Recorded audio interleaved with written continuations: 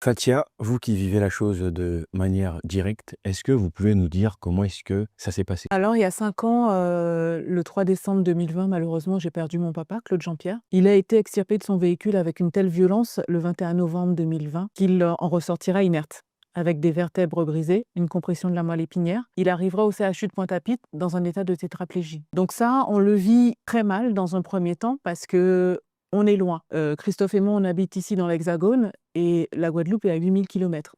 Quand on a un membre de la famille qui nous appelle en nous informant qu'un membre de la famille est hospitalisé, en l'occurrence mon père, on le vit très mal parce qu'on ne sait pas ce qui se passe, qu'on n'est pas sur place. Et surtout, dans un premier temps, on a une version qui est quand même assez bien transformée, on va dire, par les gendarmes qui ont opéré ce contrôle. Donc là, il y avait déjà une volonté de dissimuler la vérité. Et ça, en fait, au fur et à mesure des jours passés au chevet de mon papa, on a eu beaucoup d'interrogations. On le vit très mal.